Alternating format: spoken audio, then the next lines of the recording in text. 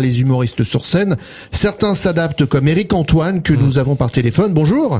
Bonjour Didier, comment va? Très bien, et vous? Ça va bien, ça va, merci. Bon, vous avez pensé votre show Connexion.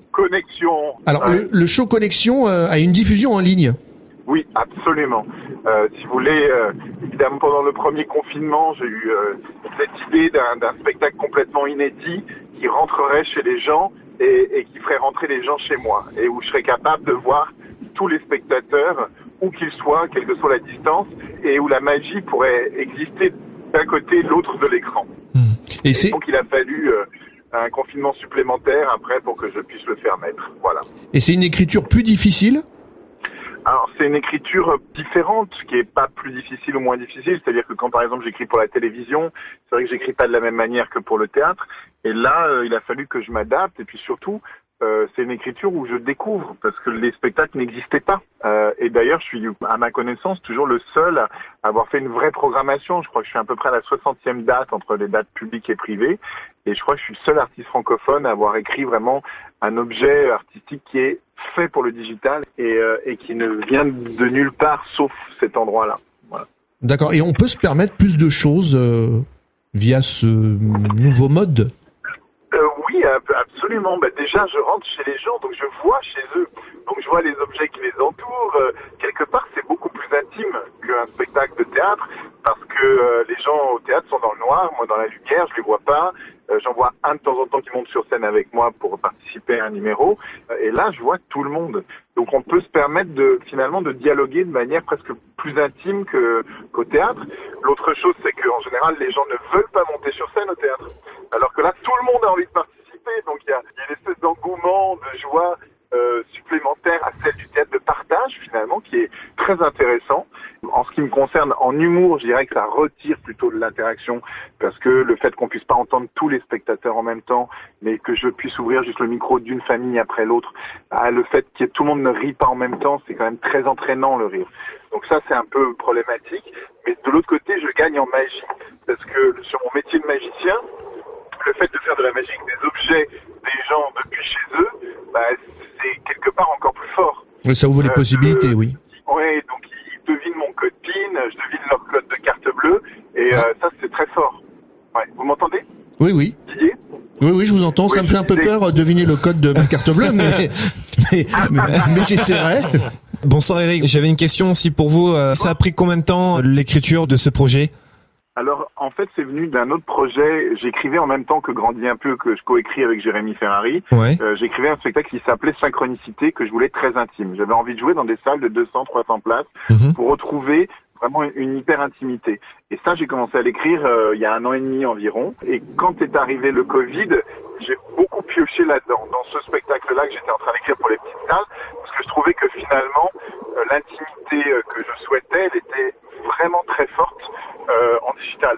Le fait de travailler sur Zoom, et comme je te le disais, de voir tout le monde, de rentrer dans chaque maison et que voit chez moi, finalement c'était exactement ce dont avait besoin ce spectacle, c'est-à-dire d'hyper intimité. D'accord. Non mais c'est vrai que c'est une idée qui est vachement originale, enfin je trouve en tout cas. Oui, Eric, j'ai une question. Justement en parlant Salut.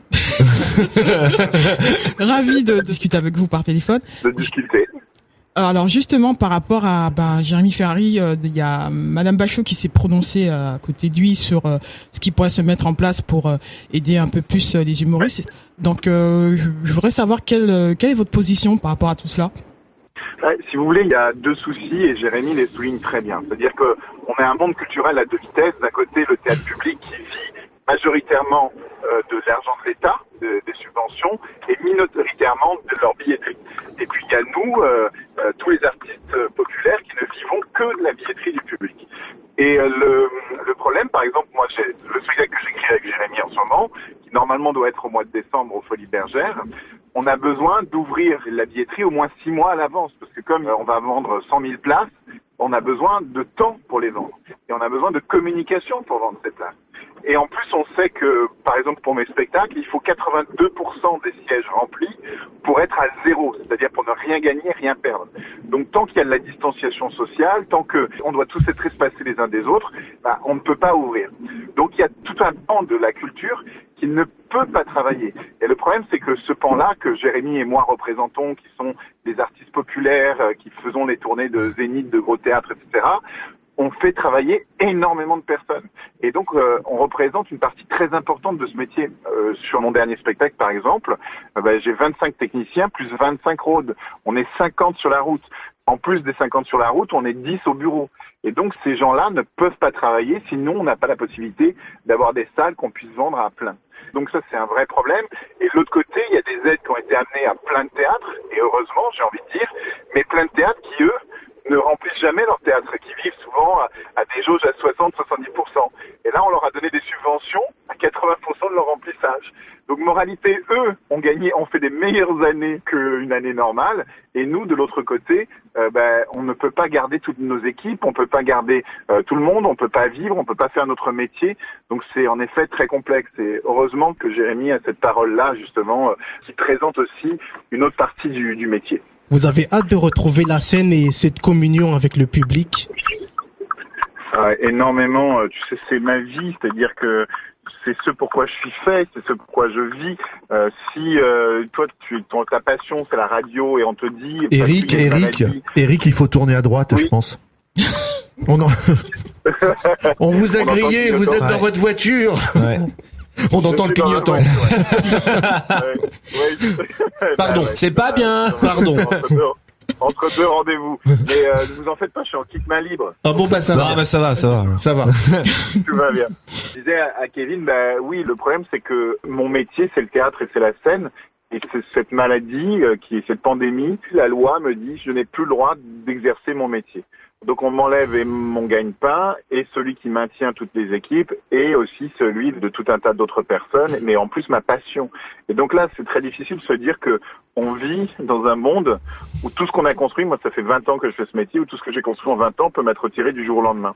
Donc ça, c'est très douloureux. Et de l'autre côté, évidemment, j'ai hâte de retrouver les gens, le public, les respirations, le fait qu'on respire tous ensemble, qu'on rit tous ensemble au même moment, qu'on pense à la même chose.